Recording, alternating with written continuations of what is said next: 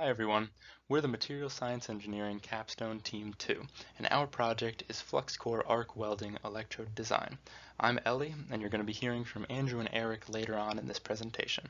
Our faculty advisor is Professor Aindow, and our industry sponsor is General Dynamics Electric Boat.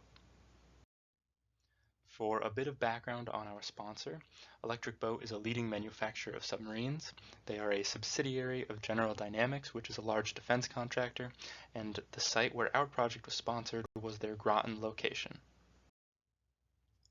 In our project, we were analyzing a type of stainless steel called duplex stainless steel, which is both strong and resistant to corrosion. We were looking at a specific welding method called flux core arc welding, which is a reliable method for joining metal together.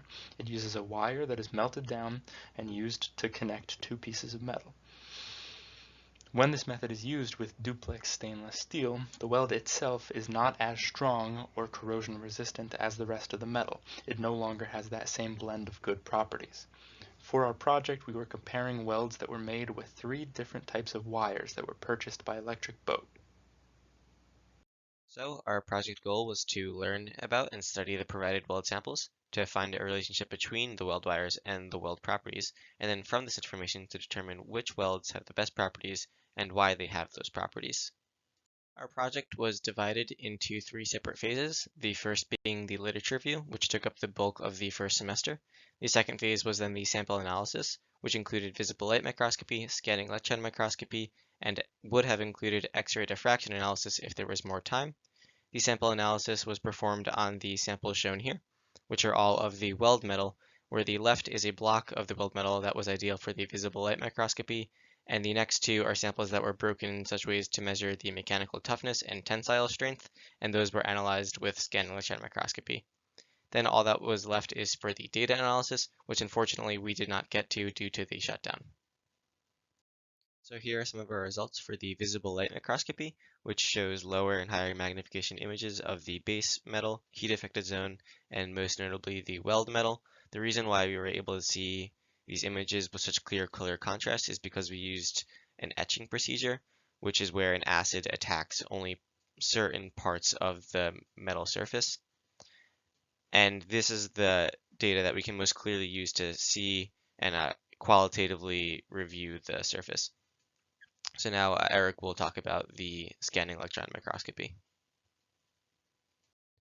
This slide shows examples of images we took using a scanning electron microscope on fractured samples. This technique allows us to get a very close look at the fracture surface and to understand how these samples behave during fracture. Inspection of these surfaces reveals features along the surface that indicate certain behavior during fracture. They also help us see 3D features that would not be visible under an optical microscope, like the gas bubble in the bottom left image. Analysis of these images can help us determine how these fractures occur and possibly what compositional changes of our electrode would let us improve the fracture behavior in the future. In conclusion, Electric Boat determined that flux core arc welding is a preferable welding technique for use with duplex stainless steel when compared to gas metal arc welding. But the weld metal created through this process was not performing as expected, so they asked us to look into the electrode design for their welding process. Based on their initial findings, electrode A appeared to be the best candidate. We studied the samples given to us by Electric Boat in the hopes of confirming or rejecting these initial findings, and then to make our final recommendation on electrode design.